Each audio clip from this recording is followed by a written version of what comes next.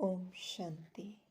आज का वरदान है, निंदक को भी अपना मित्र समझ सम्मान देने वाले ब्रह्मा बाप समान मास्टर रचयिता भव। निंदक को भी अपना मित्र समझ सम्मान देने वाले ब्रह्मा बाप समान मास्टर रचयिता भव। बाबा ने वरदान को एक्सप्लेन किया है। जैसे ब्रह्मा बाप ने स्वयं को विश्व सेवाधारी समझ हर एक को सम्मान दिया, सदा मालिकम सलाम किया, ऐसे कभी नहीं सोचा कि कोई सम्मान दे तो मैं दूं। ऐसे कभी नहीं सोचा कि कोई सम्मान दे तो मैं दूं। निंदक को भी अपना मित्र समझकर सम्मान दिया, ऐसे फॉलो फादर करो। निंदक को भी अपना मित्र समझकर सम्मान दिया, ऐसे फॉलो फादर करो।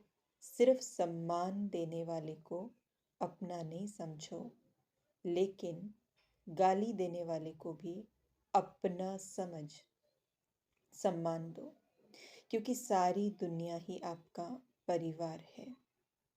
सर्व आत्माओं के तना आप ब्राह्मण हो, इसीलिए स्वयं को मास्टर रचयिता समझ सबको सम्मान दो, तब देवता बनेंगे। तो बाबा ने आज हमें ये बताया कि मास्टर रचयिता क्या होता है, देवता क्या होता है। तो बाबा ने बताया कि जब खुद को देवता समझते हैं या मास्टर रचयिता समझते हैं तो समझ में आता है कि हम पूर्वज आत्माएं हैं, हम तना हैं।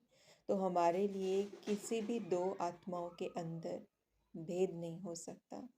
बाबा ने कहा, अगर कोई आपको सम्मान देता है और आप उसके साथ अच्छे हैं, वो ठीक बात है, गुड। लेकिन अगर जिसके थ्रू आपको सम्मान नहीं मिल रहा है, जो निंदक है या जो अपमानजनक बातें आपको लगता है कि आपको कहते हैं या आपको उनकी बातें अपमानजनक लगती हैं, तो बाबा ने कहा उनको भी सम्मान देना है, उनको भी अपना मित्र समझना है। बेसिकली ये भावना है अंदर की कि जब भी हमारे साथ ये दो तरह की क्वालिटीज़ वाले व्यक्ति बात करते हैं तो हमारे अंदर क्या चलता है, तो हम पाएंगे कि बाहर तो कुछ भी चले, लेकिन अंदर की जो एक स्टेट ऑफ माइंड होती है उसमें दोनों के लिए परसेप्शन अलग होता है। एक हमें थोड़ा ज़्यादा अच्छा लग रहा होता है और दूसरे के साथ थोड़ी हमें शिकायत होती है। तो इसीलिए वो जो डिफरेंस ऑफ थॉट्स है अंदर, जो क्वालिटी में डिफरेंस है, वो नहीं हो, वही हमारे लिए सच्चा सच्चा पुरुषार्थ है। तो उसी के ऊपर आज बाबा ने ध्यान खिंचवाया है। और इसको करने के लिए बाबा ने टूल क्या दिया हमें कि खुद को मास्टर रचयिता समझकर सबको सम्मान दो, तब देवता बन जाएंगे। उसके बाद बाबा ने स्लोगन हमें दिया, माया को सदा के लिए विदाई देने वाले ही बाप की बधाइयों के पात्र बनते हैं। माया को सदा के लिए विदाई देने वाले ही बाप की बधाइयों के पात्र बनते हैं। तो माया क्या है? बॉडी कॉन्शियसनेस और उससे संबंधित अटैचमेंट्स और उससे संबंधित थॉट्स, बिलीव्स, एवरीथिंग, ये सब कुछ बॉडी कॉन्शियसनेस है, देह अभिमान है।